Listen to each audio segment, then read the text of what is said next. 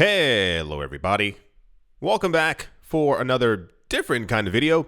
Hope you're all doing well and that you're all having a fantastic day. A lot of people on Twitter have been asking me for another Veve video. Hello to you guys out there. I also do videos for Veve on the Money Rules channel, but I thought this would be a little bit different so I could actually show you, because a lot of times on Money Rules I will kind of, explain, a picture pops up, and then I show you, I bought this, I'm buying this, I like the price of this, but I'm going to give you like a real relative in-depth version of exactly my thought process when I'm actually on Veve and what I'm buying and why I buy it as well. As always, likes, comments, and subscriptions are appreciated as they do help out the channel immensely. Yeah, without further ado, let's jump right into it. There's a lot of, and I'm not explicitly sure as to why some of these things are happening, but a lot of the prices on Veve have, without a lack of better way of saying it, have kind of collapsed. And that's like with the amount of items available also collapsing as well. So it's not like people are flooding the market with a whole bunch of things. It's just more of a, for some reason, there's barely anything left. So like a lot of times, for those of you who are relatively new to Veve, the number right here, I'm on the web app, it says 153, this one says 120, this one says 118. That's all that's left from the entirety of the amount of them that were put on there. So like the first Deadpool right here, New Mutants number 98, this I think had an edition size of 60,000. And now there's only 153 left. This one, I believe, had 20 or 30,000. There's 120. This had, I think, 30,000 as well. There's 118. So a lot of times when I'm making a Money Rules Veve video, and so I'm going to say this in the nicest way. I've been collecting, so I'm sure a lot of you know, I've been collecting comics since I was a kid. So I know which comics are the ones to kind of go after. A lot of times you'll have people, especially in the YouTuber space, not talking bad about anyone, but I've noticed a lot of times a lot of these people are not comic collectors. They may have heard of Deadpool or seen Spider-Man with a black costume from Spider-Man number 3, the movie from like 15 years ago, but they don't really know any further or deeper than that. So a lot of times they'll tell people, what I've noticed is like, hey, there's a Spider-Man costume, and in the corner he's wearing a black outfit, which signalizes that Venom is at some point going to be coming. I think this comic is underrated because it's worth $1.95 on Veve, and it'll probably go up to $45. That's not how things work in the actual real world. So even when you look at the movements of Veve and like the comics that are being bought up the most, or that like still have maintained a certain value or price, it's usually like key comics. So people go for key comics and they think that sometimes key comics are, oh, this is the first appearance of the Puma, this is the other appearance of the Marvel Zombies. And it's like, no, it's comic books that have a first appearance in them, first appearance of Deadpool, but that character has stuck.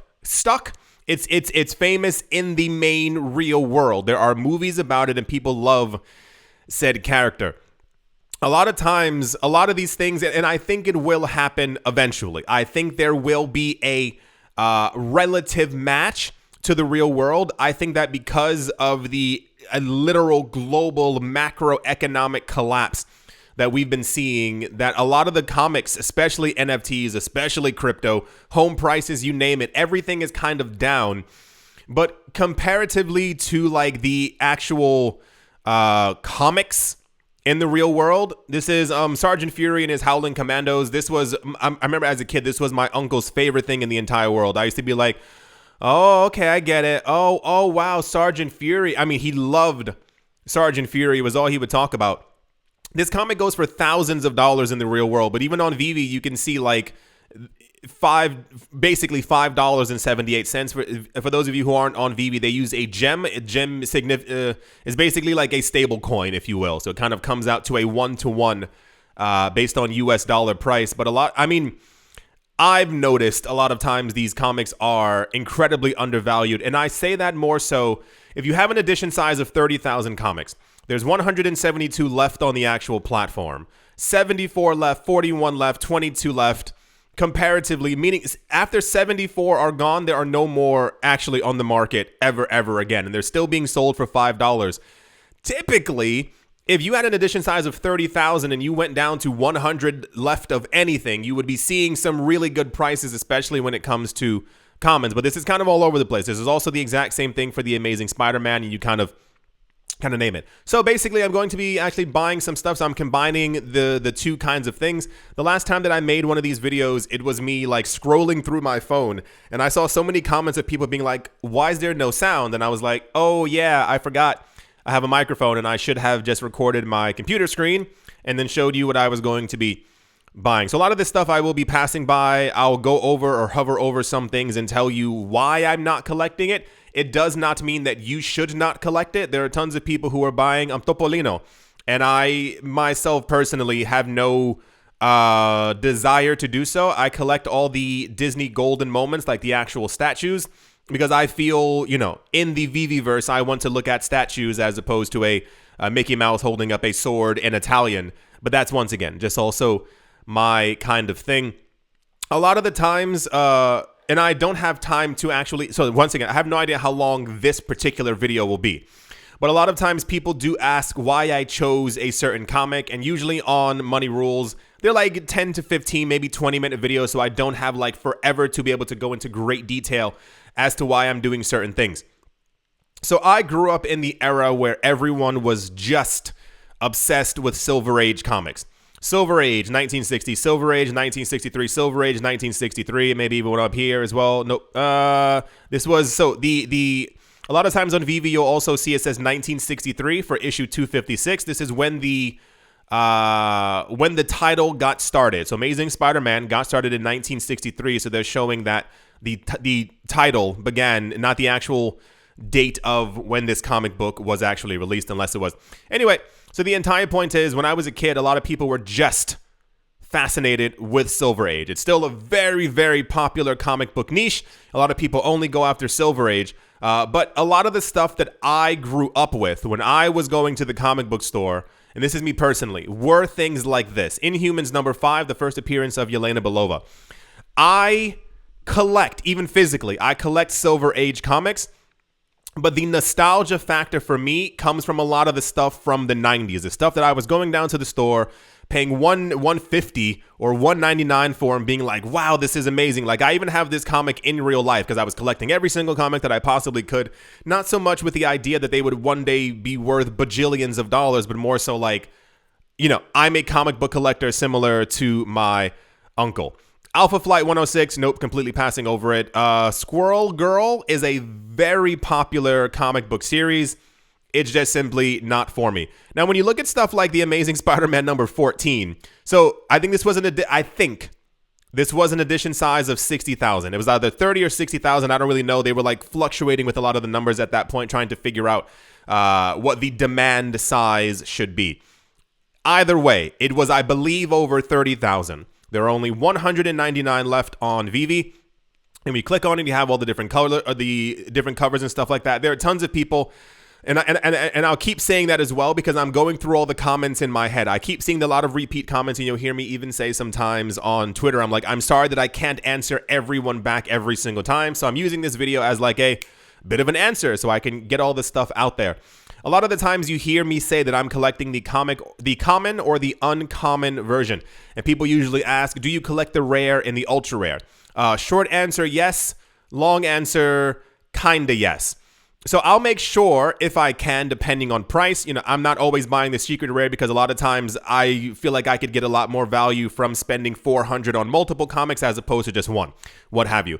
I go for the original covers because these are the most identifiable. When you're asking someone, especially a Silver Age comic book collector, what's the cover for Amazing Spider-Man 14, the first appearance of the Green Goblin? They'll tell you this. It's not this. So visually, these are cool. I have a friend who loves gigantic LOVES, every ultra rare cover from Veve. He thinks they're absolutely beautiful, and I think so as well. But it's more of like a version of, this is what I saw when I was growing up. When I went to the comic book store, this is what I saw on the wall. When I was trying to save my allowance, this is what I wanted to acquire. So keeping the actual edition size in mind when you're looking through a lot of the things, this is how I work. This is how I deal with my money. Please understand, I have to say that nothing in this video is financial advice, not one single portion of it. I'm simply showing you that what I do on a nearly daily basis when I interact with this app. There are a lot of people who are trying to get into Veve, who are into Veve, who are asking why people choose certain things. Once again, if you are not into comics, did not grow up with comics, if you are maybe someone who's seen 3 or 4 Marvel movies, you're like, oh, that's cool. I remember this guy floating on that bat thing. That seems kind of cool. And they may pick up something, but a lot of times I see people, and I try to hold my tongue, at least on their posts or their videos or on Instagram or on Twitter, people saying the things that they purchase, and I'm like, ooh, like it's not a good investment at all. And we're talking about as far as if Veve does make it, if the metaverse takes off, if NFTs and the metaverse are the brand new thing in the world as it appears to be. So if you follow this channel, the amount of NFT metaverse news that we're getting from all these billion-dollar companies, if all of this succeeds, these will be the comics that people are going for. It's the stuff that it's nearly unacquirable in the real world because they're so expensive, but also the most identifiable. Everyone knows and or loves the Green Goblin, and they want his first appearance. So on Veve, I'm going to show you the actual numbers as well. I make sure that I also have another tab over there. It's Amazing Spider-Man 14, first appearance of the Green Goblin. On Veve, for the common, it's $6.49. These numbers don't make a lot of sense to me. You also see a lot of the names. I think there's an error on or through Veve that the name false is coming up at the end of a lot of the names, if nearly not all of the names. I'm going to show you the actual real world price for this cover. A lot of times on Money Rules, I'll show you hey, look at this comic. This is what I'm buying today, but I never get a chance to show you the actual prices for it. So this is on eBay, obviously, and I went to the sold, and I'm doing everything over $35. Why am I doing over $35? Because a lot of times there are other comics, like the Amazing Spider-Man series has been rebooted a number of times, and or they have legacy numbers. But I think in 2016-17, they restarted from number 1 all over again. So there is another version of Amazing Spider-Man 14 from the 2010s, and it has nothing to do with this one. So if you do, and usually those are worth a lot less. So I put over 35 to simply, clear all of those out and only show you the actual relevant one. This comic goes for thousands of dollars, not once or twice. It is a very extremely popular comic, and you'll notice a lot of the grades even more. So this is a 5.0. This is a 6.0. These aren't even high grades. I told you before when I started collecting stuff on Immutable for the DC not playing cards, cards. It had this Superman card and that comic cover, and it had so and so before DC actually released their comics. And I was telling you that they had certain portions on Immutable X that were showing a panel or a page of a comic book cover. A lot of these comic books in the real world, the paper ones, are so expensive and so old that people actually pay good money just for a single page. For those of you, I assume most of you are looking at the screen. This is a single page from Amazing Spider-Man number 14. It is $136. You heard that correctly, for a single page. You find this a lot of times for the first Batman, the first Spider-Man, first Superman. People will sell an individual page, and they sell for $2,000, $3,000, $4,000, $5,000 because that's just how bad people want these things. So when I tell you in videos, I'm like, you don't understand the significance of how big these comic books actually are. People want these comics so bad, they'll pay hundreds for a single page. And heaven help you if that individual page actually has the photo of that character on it. It can go for thousands. It's the craziest thing in the entire world. So you see, this is $1,500, best offer accepted, but it's not in the greatest condition. You can see all the chips. You can see how destroyed it is. The side is completely frayed. It looks like it has water damage. 5.0, 2,800, 2.0, 1,300. So whenever I see stuff like this on Veve, I'm like, I don't understand how people don't really get how the actual real world value of these comics, and people just kind of always simply let them go. So I like to be cheeky sometimes where I'm like, oh my gosh, thank you so much for selling it so low. But I think people really just don't understand what they actually have in front of them. Even a lot of comics for this, I understand that Yelena Belova might not be the most popular character, But even a lot of times when you look at the drop prices for these comics, the drop prices is I think around $6, 6 gems. And you see it for $235 on at least me. I go around. Yelena Belova is going to be big. She is the new Black Widow. She's Black Widow / White Widow in the current comic book series. Like even now, she came out in was it 97 or 98? She's still popular. She's still around. If you haven't noticed, here's a bit of a spoiler for those of you who haven't seen like the last 17 Marvel movies and or TV shows. The people who played the older characters, Captain America, Black Widow, Iron Man, etc., etc., time passes and they've gotten a lot older. So they've hired all new people to now play these characters, and they took the characters from the 1990s. This is why you see Kamala Khan. She's the new Captain Marvel. Miles Morales is essentially and is the new Spider-Man. Yelena Belova is the new Black Widow, because Scarlett Johansson, I'm pretty sure she's tired of flipping around and having, strings attached to her and being next to a green screen. And, it adds up to a lot. So this is why we see all these new people coming in. If you saw Black Panther 2, they introduced one new character who's very significant to the comic book world and also will be for the TV shows and the movies as well, because the older character, once again, trying not to spoil it, is no longer playing the role anymore, if you will. So, yeah, just looking for stuff to basically buy. Fantastic Four, number 12, the first appearance of the Thing and the Hulk. You can also pass this one by. This is a very significant thing because a lot of people don't know this. In the 1960s, the Fantastic Four was like the go-to comic book franchise. There was nearly nothing else. Like that was the main, like that was the thing that kind of re-propelled Marvel back into the spotlight. For some reason, for reasons unknown, for those of you who don't know, Captain America, and I'm going to explain the for reasons unknown. Back when Captain America was created, the reason he was created, once again, I'm going to blow somebody's mind here. He was created as American propaganda when they realized that WW2 was going to happen, or we were in the midst of, the full conclusion of the WW. He was created as a character for kids to be able to actually send in, it's not bottle caps. It was like, 5 cent things or whatever to be able to fund the efforts of the W. Same exact thing for Submariner. Submariner was also re-propelled back into this world in the 1940s when the events of WW, I can't say the W word because it has something to do with the algorithm, so just bear with me here. But for some reason, after WW2 ended, comic book writers kind of retired Captain America and they retired Submariner, and also the original Human Torch and his friend Toro, and also Bucky, which was Captain America's younger sidekick kind of friend. It was because once again, here we go. Like you can even look it up. Like this isn't me making it up. They no longer needed them for propaganda purposes, and people didn't know what to do with the characters. Like there was no more fighting to be done, so they simply retired them. So these characters kind of reappeared back in the 60s. The reappearance only happened because of the Fantastic Four. The Fantastic Four was launched as a title that Marvel was like, okay, we gotta throw something out there. I think Spider-Man had come out and was like relatively, no. Did Spider-Man come out yet? I'm not really sure. Nothing was really hitting it. Fantastic Four did it, so they started introducing all these new characters into their franchise. That's why Fantastic Four number 4 is the first Silver Age appearance, which Veve doesn't have. The first Silver Age appearance of the Submariner.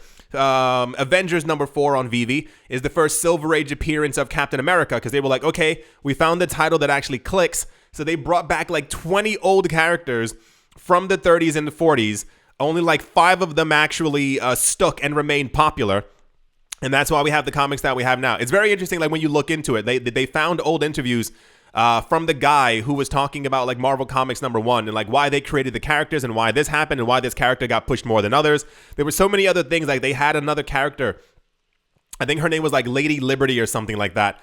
They were trying to do as many things as possible for younger people to be part of the, oh my gosh, like the prices on here as well. For those of you not looking at the screen, this is Marvel Comics number 1. If you've watched anything that I've ever made before, you should know exactly where Marvel Comics number 1 is. It's Marvel Comics number 1. First appearance of the original Human Torch, the android thing right here. The first appearance of the Submariner. The first appearance of, what's that guy's name? The Angel was a guy who literally just had a pair of angel wings on his chest. And he also couldn't fly, which also is the reason why the character didn't take off, because I don't know why you would name a character the Angel. He has angel wings on his chest, and he also cannot. It just didn't make a lot of sense. I would love to show you the price of this comic on eBay, but it's a ghost. It doesn't exist. This comic is from 1939. Any physical copies that there are, no one's selling them because the price of it goes up by like 10 to 15% every single year. The contrast to that is on Veve, there's not a lot of them left either. This also had an original 60,000 issues that were created. There's 188 left of the common, 37 left of the uncommon, 28 left of the rare, 19 of the ultra rare, and 14 of the secret rare. I saw this earlier. The floor price was $15,000 for the secret rare. And you do the little scroll, and it hits like $4.9 million.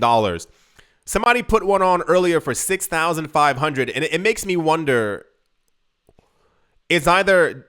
Hear me out here. It's either desperation for money or simply not understanding how people sell things.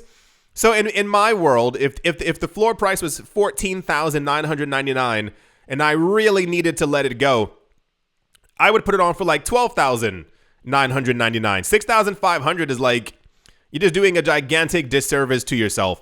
But the fact that this is, and I started buying these when it first came out on the app, and I told the story before. It's like one of the, it reminds me of like buying Bitcoin in the old days. Like you see what the price is and you're like, yeah, I'll pass. Like I think I bought 3 or 4 of Marvel Comics #1. So this cycle that we're currently going through is not the first cycle like this, i.e. prices have collapsed and the prices on Veve are low. When I started using Veve, the prices on the app for this comic, Marvel Comics #1, it was $4. Never forget it. Everyone just wasn't buying it. Everyone was throwing it onto the marketplace, and they were selling it for less than it actually, than it was even listed for, which made no sense in my mind. I assumed people were trying to get the higher rarities. And I saw it was on for $4, and I was like, okay. I'm pretty sure I got 3 of them at that time.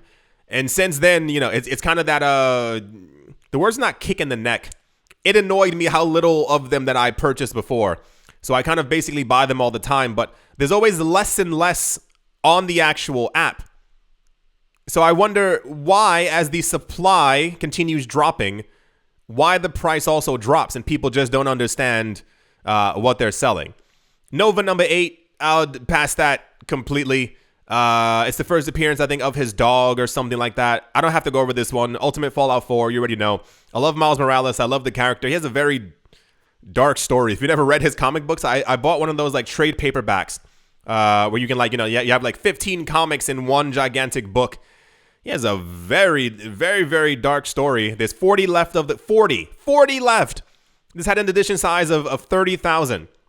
40 left of the comic, 22 of the uncommon, 13 left of the rare. This is my favorite cover, by the way, for those of you who didn't know that one. It's actually technically this one, but I love that they chose this image for this one as well. This comic book in the real world, I'm going to try and show it to you. What's it called? Javorjak or something like that? I'm going to try and show you. Hold on. Ultimate Fallout 4 Javorjak? Javorjak. I think that's the name of it. So they've reprinted these multiple times. Like they have like other versions of it, like where it just has no words and stuff like that. But this is the real one. This is this cover. This is the secret rare cover right here. In a 9.4. It's $7,200.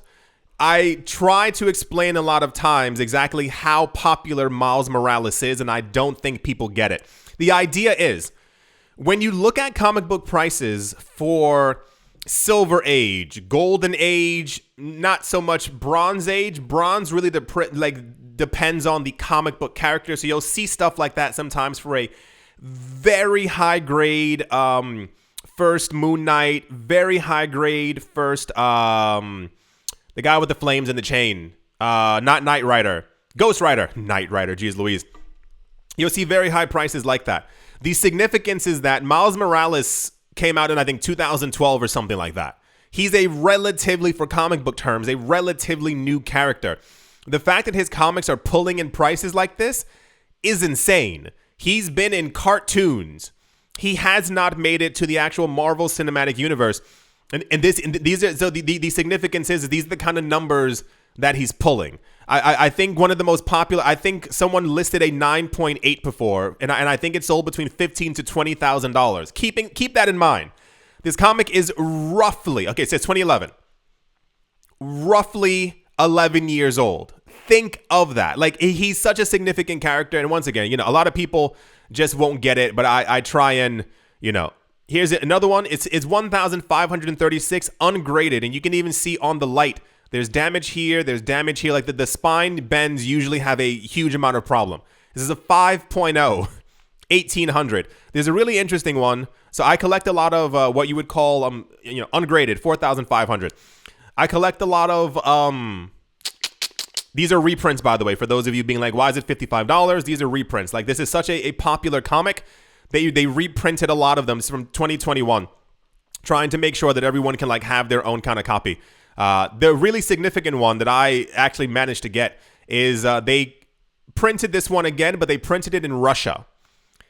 And I think they were going for $15 or something like that. Like, this comic book with Russian words looks so epic, you don't understand. The problem is that, the event happened at the beginning of the year with said country, and they dried up because you can't send them out of the country anymore. They go for hundreds now, and I think it's such a cool, and I managed to get 3 of them when they were very, very cheap because I like collecting, once again, foreign comics. So this is also another hyper perplexing one. There's 22 of the uncommons left during a bear market. There's 13 of the rares left during a bear market. The lowest price for this is $100. I do the scroll, and you get down to the bottom, $35,000. Whoever you are extremely intelligent for selling at that price, because now I believe that that's probably the actual realistic price for something like this. Anyway, I won't go into the significance of Miles Morales and yada, yada, yada.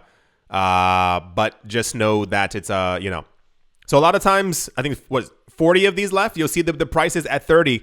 And it's really difficult because I already have so many of them. So I try to acquire a lot of other things, but I sit there and I'm like, my gosh, I want to just buy every single one of them. But what have you.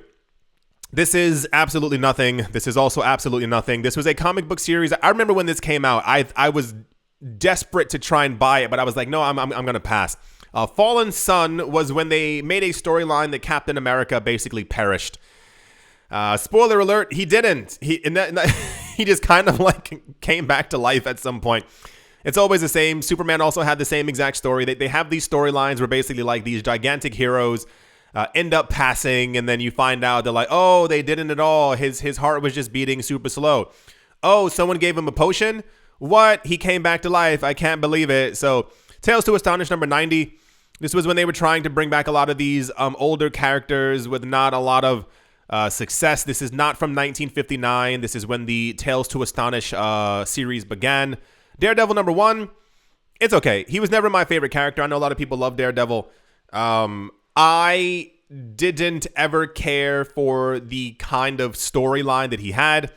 Werewolf by Night number 32. This is a major, I guess you would call this this is definitely Bronze Age. Bronze is usually around the 1970s. A Bronze Age key. There's 65 left at $6. I'm going to show if I can show you the actual price for this one as well. They recently just reprinted this. Werewolf by Night number 32. Yep. Right there. So ungraded, 747. This is some other thing because they rebooted the series, and an 8.5 is 1,800. This is a special order for someone. Sure, why not?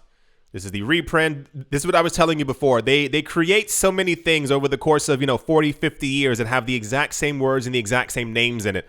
So you kind of have to scroll through a lot of stuff to be able to find what you're looking for. This is an 8.5, 2,500. This is 9.8, but this is a reprint.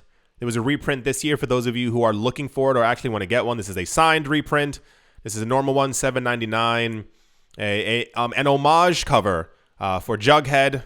For those of you who know what Jughead actually even is. Yeah, 1400, grade 7.5.